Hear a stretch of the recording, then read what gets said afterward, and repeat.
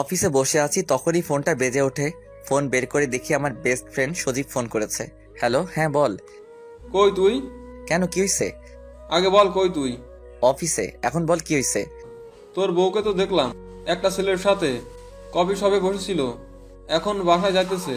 আরে কি বলিস, ভালো করে দেখলি তো? হ্যাঁ, আমি 100% শিওর যে ওইটা তোর বউ ছিল। কখন দেখলি? এই তো 20 মিনিট আগে। মানে 4:30টার সময়? হুম। কি বলিস? আচ্ছা আমি দেখতেছি। আমার পরিচয়টা দিয়ে নিই। আমি শাহরিয়ার রহমান। শহরে থাকি, বাবা মা গ্রামে থাকে, গল্পে থাকেন, সব জানতে পারবেন। বলেই ফোনটা কেটে দিলাম। বসে বসে ভাবতেছি সাথী কফি শপে একটা ছেলের সাথে কি করছিল। সাথী আমার বউয়ের নাম, আমাকে তো বলে যায়নি। ভাবলাম সাথীকে একটা ফোন করা যাক। হ্যালো সাথী, কি করো? বসে আছি।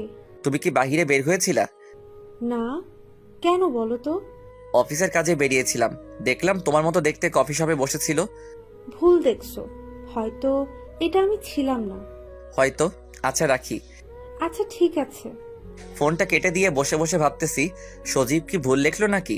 সাথী আগের থেকে কেমন যেন হয়ে গেছে। আগের মতো এত একটা সময় দেয় না আমাকে, একটু কিছুতেই ঝগড়া লাগে। এর আগেও সজীব সাথীকে বাহিরে দেখেছে। যখন আমি বিশ্বাস করতে চাইনি যে সাথী আমাকে না বলে বাড়ির বাহিরে যায়, তখন সজীব আমাকে ছবি দেখাতো। দেখতে 80% সাথীর মতো দেখতে। আমি বলেছিলাম যে এটা তো সাথীর মতো দেখতে। তখন সে বলতো, আরে বেটা, দূর থেকে ছবি তুলেছিলাম তাই এইরকম। আমি নিজের চোখে দেখছি। রাত 8টায় অফিস শেষ করে বাড়ির গেটের কাছে দাঁড়িয়ে আছি। দারোয়ান এসে গেট খুলে দিল। তখন মনে পড়ল দারোয়ানকে জিজ্ঞেস করি। তখন দারোয়ানকে জিজ্ঞেস করলাম, শোনো, তুমি বলতেছি কারণ ছেলেটার বয়স বেশি না, 20-22 হবে। জি স্যার, বলেন কি বলবেন। তোমার 4তলার ম্যাডামকে আজ বাসা থেকে বাইরে গেছিল। আমরা ভাড়াতে থাকি, 5তলা বাড়ি, 4তলাতে আমরা থাকি। সাথী ম্যাডাম নাকি স্যার? বের হয়েছিল। স্যার, বাহির হয়েছিল। কয়টার সময় বলতে পারবা কি? স্যার, 3টার দিকে বাহির হয়েছিল। আর আসছিল কয়টার সময় বলতে পারবা?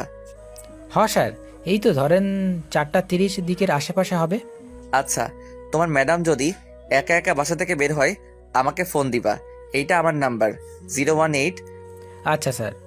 দারোয়ানের সাথে কথা বলে চলে আসতেছি আর ভাবতেছি, তাহলে সাথী আমাকে মিথ্যা বলল। ওর কি এখন অন্য কাউকে ভালো লাগে? এসব নিয়ে যখন কথা বলতাম তখনই ঝগড়া হতো। একটা কষ্ট অনুভব করতে পারলাম। তাকে আমি এত ভালোবাসা দিলাম আর সে কিনা আরেকজনের সাথে। ছি ছি, আমার ভাবতেও লজ্জা লাগছে। এসব ভাবতে ভাবতে দরজার কাছে চলে আসলাম।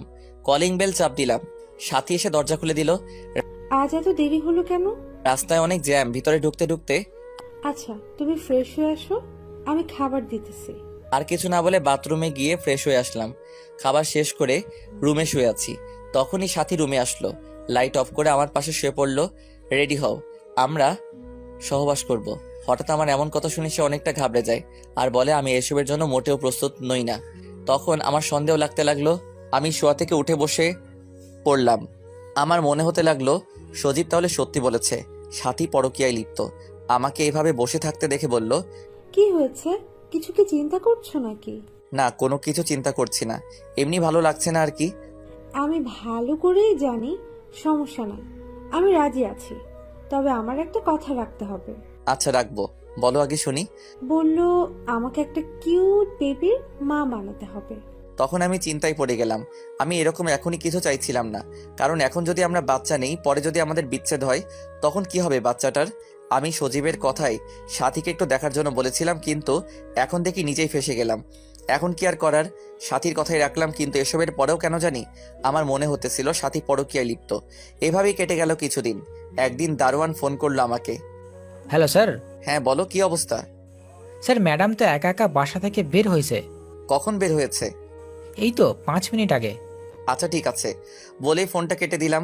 সাথী আজও আমাকে না বলে বাসা থেকে বাহির হয়েছে। কই যেতে পারে বসে বসে ভাবছি। সাথী তাহলে পরকীয়ায় লিপ্ত। যাকে আমি এত ভালোবাসা দিলাম সে কিনা। এসব ভাবতে ভাবতে কখন যে চোখ থেকে 2 ফোঁটা পানি পড়ে গেল খেয়ালই নেই। এমন সময় ফোনটা বেজে উঠল। চোখের পানি মুছে ফোনের দিকে তাকিয়ে দেখি সজীবের ফোন।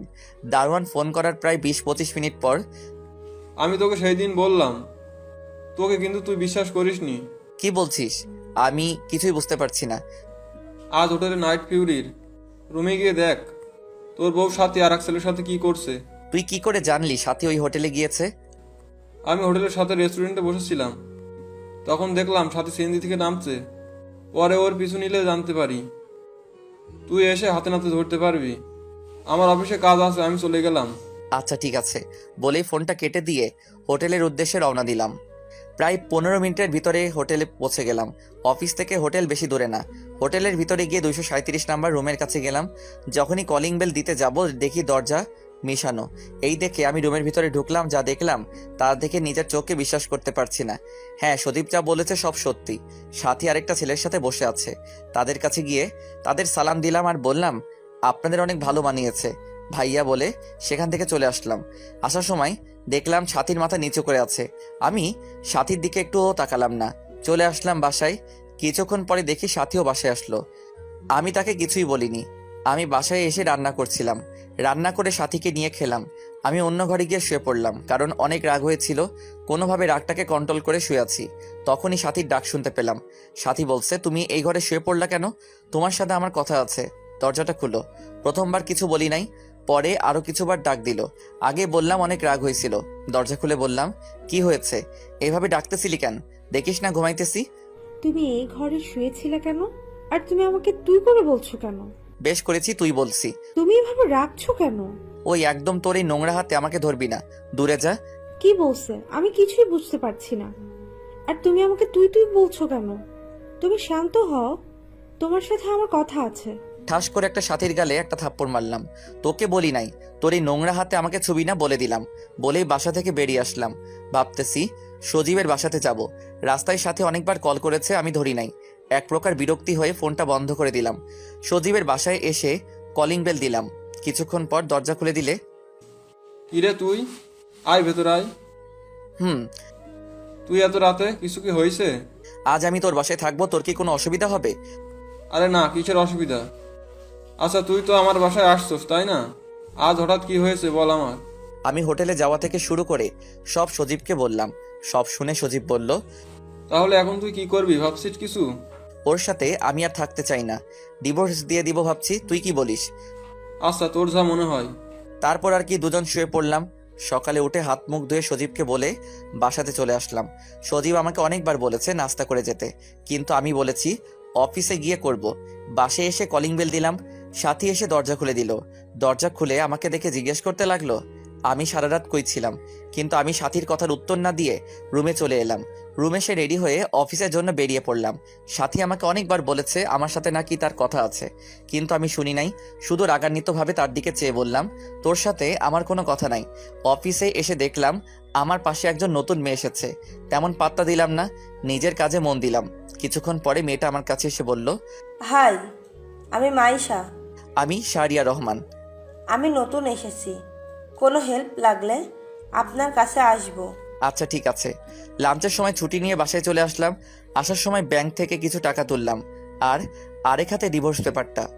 শুধু 2টা সাইন করলে ডিভোর্স। তার মধ্যে আমি সাইন করে সাথীকে দিয়ে দিলাম, সাথে কাবিনের সকল টাকা। যাওয়ার সময় সাথী আমার সাথে কথা বলার অনেক চেষ্টা করেছে, কিন্তু আমি তার কোনো কথাই শুনি নাই।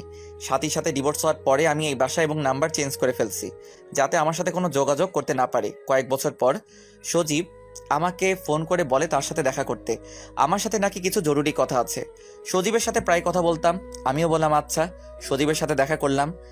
সারিয়া, তোর সাথীকে দেখলাম আজ একটা ছোট মেয়ে নিয়ে পার্কে আর একটা ছেলের সাথে কথা বলছে। তার কথা শুনে আমার অনেক মনটা খারাপ হয়ে গেল। মনটার ভিতর কেমন জানি জোরে কামড় দিয়ে উঠল, আর চোখ দুটো জলে ভরে গেল। নিজেকে আর ঠিক রাখতে পারলাম না, মনের অজান্তে কান্না করে দিলাম। চোখ মুছতে মুছতে সেখান থেকে চলে গেলাম, তার কোনো কথাই শুনলাম না।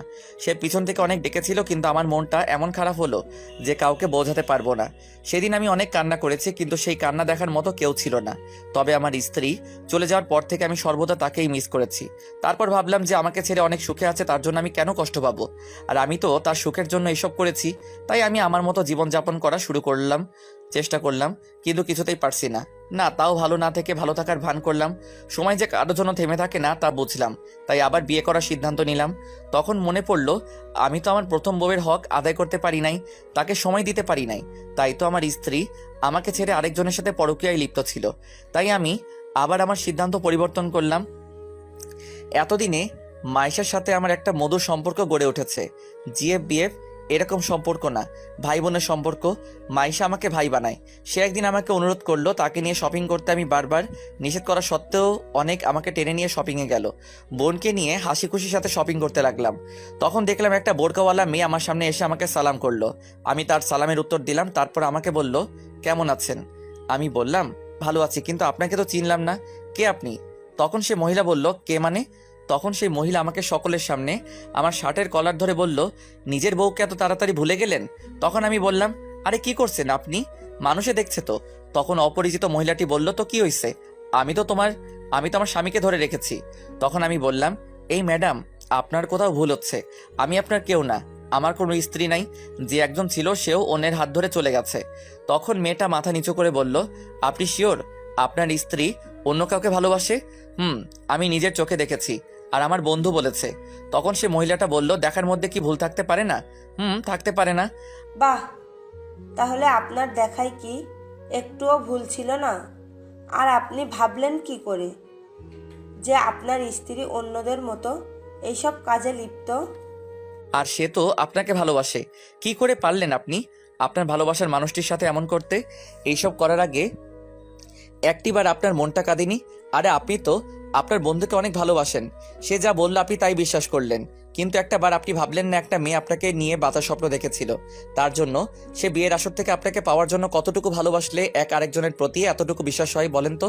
আর হ্যাঁ, আমি তো কোনোদিন ভাবিনি আপনি কোনো মেয়ের সাথে কথা বলেন আমি ছাড়া। তো আপনি কি করে ভাবলেন আমার সম্পর্কে? ছি ছি ছি, আমার ভাবতে অবাক লাগছে। আমি এমন একটা মানুষকে বিয়ে করেছি, তার সাথে সংসার করেছি বলে কান্না করতে লাগলো। তখন আমি একটু অবাক হয়ে বললাম, আপনি কে, আর এইসব কেন বলছেন আমায়, আর আপনি কি করে জানলেন এইসব? তখন সে মুখের থেকে পর্দা খুলে বলল, এখন চিনতে পেরেছেন কে আমি, কি আমার পরিচয়? তার মুখটা দেখার সাথে সাথে আমার পা থেকে মাটি সরে গেল, মাথা ঝিমঝিম করছে, কারণ এইটা সাথী আমার ভালোবাসার মানুষ। আমি তার সামনে কথা বলার সব শক্তি হারিয়ে ফেললাম। তখন সে হেসে বলল, আপনাকে এসব আপনার বন্ধু আমার ব্যাপারে সব বলেছে তাই না? সত্যিটা হলো আপনি একদিন অফিসের কাজে দেশের বাইরে গিয়েছিলেন, আর আমাকে আপনি আপনার বন্ধুর কাছে আমানত হিসেবে রেখে গিয়েছিলেন। সেই সুযোগে আপনার বন্ধু আমাকে খারাপ প্রস্তাব দিয়েছিল, আমি না করে দিয়েছিলাম। তাই সে বলেছিল সে নাকি আমার সংসারকে ভেঙে চুরমার করে দিবে, এবং তাই করলো। তাহলে দারোয়ান? আপনার বন্ধু দারোয়ানকে টাকা দিয়েছিল এইসব বলার জন্য। সে সফল হলো, আমি হেরে গেলাম। আমি দোয়া করি আপনি অনেক সুখে থাকেন। তখন সে এইটা বলে চলে গেল, আমাকে কোনো কিছু বলতেই দেয় নাই। আর সে বলল, হোটেলে যেই লোকটাকে দেখেছিলেন তিনি হলেন আমার চাচাতো বড় ভাই। আপন ভাইয়ের চেয়ে বেশি ভালোবাসে আমাকে। কয়েকদিন আগে বিদেশ থেকে এসেছে, আর আপনি তো কাজে ব্যস্ত থাকেন, তাই আপনাকে বলা হয়নি। তাই বড় ভাইয়ের সাথে দেখা করতে এসেছিলাম এবং তাকে দাওয়াত করতে, আর আপনি তো আমাকে কিছু বলতে দিলেন না, তার আগে সব শেষ করে দিলেন। আচ্ছা, ভালো থাকবেন, আপনারা সুখী হন, আপনাদের জন্য অনেক দোয়া আর শুভকামনা রইল, বলে সে তার মেয়েকে কোলে তুলে নিয়ে চলে যেতে লাগলো আমাকে কিছু বলতে না দিয়ে। তখন আমার খুব ইচ্ছা করছিল চেঁচিয়ে বলি, সাথী, আমি তোমাকে ভালোবাসি, কার কাউকে না, আমার ভুল হয়ে গেছে, তুমি আমাকে আরেকটিবার সুযোগ দাও। আর আমার মেয়েটা বলি, মা যাই হয়ে যাক তুই আমাকে ছেড়ে যাস না। কিন্তু কিছুই বলতে পারলাম না। আমি যদি একটিবার সাথীর কথা শুনতাম তাহলে এত কিছু হতো না। আর আমি যাকে নিজের ভাইয়ের চেয়ে বেশি বিশ্বাস করতাম, ভালোবাসতাম, সে কিনা আমার সাথে এসব করলো। আমি তার পিছনে তাকিয়ে আছি আর এইগুলো ভাবছি। আমার মনে পড়লো যেভাবে হোক তাকে আটকাতে হবে, বলে আমি বেরিয়ে পড়লাম শপিং মল থেকে। সাথীকে খুঁজতে লাগলাম, কিন্তু সাথীকে কোথাও খুঁজে পেলাম না। খুঁজতে খুঁজতে কখন যে রাস্তায় এসে পড়লাম মনেই নেই। আচমকা কারো দেখা পেয়ে পড়ে গেলাম, উঠে দেখি সাথী। এখনই তো গাড়ি আপনাকে চাপা দিয়ে চলে যেত। আমি সাথীকে দেখে তাকে জড়িয়ে ধরলাম আর বলতে লাগলাম, প্লিজ আমাকে ছেড়ে যেও না, আমার ভুল হয়ে গেছে, বিশ্বাস করো তোমাকে ছাড়া আমি আর বাঁচতে পারবো না, মরে যাব। এতদিন অনেক কষ্ট থাকলেও আর পারবো না, প্লিজ আর কোনো দিনও তোমাকে অবিশ্বাস করব না। তাহলে ওই মেয়েকে কি করবে? ওই মেয়েটা আমার বোন, প্লিজ আমাকে মাফ করে দাও। সাথে ফলের দোকান ছিল, দোকান থেকে ছুরি নিলাম, নিজের গলায় ধরলাম। তুমি যদি আমাকে ছেড়ে চলে যাও তাহলে আমি নিজেকে নিজেই শেষ করে ফেলবো। কি পাগলামি শুরু করছেন? প্লিজ আমাকে ছেড়ে যেও না, তোমাকে ছাড়া আর বাঁচতে পারবো না। যখনই ছুরিটা চালাতে যাব তখনই সাথী বলল, আপনাকে ছেড়ে যাব না, ছবিটা ফেলান প্লিজ। আমি সাথীর কথা শুনে সাথীকে জড়িয়ে ধরলাম। সাথীও আমাকে। কিছুক্ষণ পরে আমি সাথীকে ছেড়ে দিলাম। দেখলাম আমাদের চারপাশে মানুষের ভিড় লেগে গেছে, কেউ কেউ ভিডিও করছে। সাথী তার কোলে থাকা মেয়ের দিকে ইশারা করে বলল, আপনার মেয়ে। আমি আমার মেয়ের কোলে নিয়ে কপালে একটা চুমু খেলাম। তারপর আমরা বাসায় চলে আসলাম। এই কয়েক বছরে বাড়ি আর একটা গাড়ি কিনছি। বাড়িতে আসতে আসতে সন্ধ্যা হয়ে গেছে। সাথী আর আমি সোফায় বসে টিভিতে নিউজ দেখছিলাম, আর আমার মেয়ে ঘুমিয়ে পড়েছে। হঠাৎ নিউজে বলতে লাগলো, ঢাকার বড় বিজনেসম্যান সজীব চৌধুরী কার অ্যাক্সিডেন্টে মারা গেছে। আমি ভালো করে দেখে বুঝলাম গাড়ির ব্রেক হওয়ার ফলে অ্যাক্সিডেন্টটা হয়েছে। হ্যাঁ, এটা আমার বন্ধু সজীব ছিল। তখন আমি সাথীকে বললাম, দেখলে তো, এটা হলো পাপের ফল। ও আমার মেয়ের নাম হচ্ছে হিয়া রহমান। দুজনের নামের সাথে মিল রেখে রাখা হয়েছে। এখন আমাদের সম্পর্ক আগের চেয়ে অনেক ভালো। একজন আরেকজনকে অনেক ভালোবাসি। আরেক বছর পরে আরেকটা ছেলে বেবি নেওয়া প্ল্যান আছে। আমার না, সাথীর, যদি আল্লাহ দেন।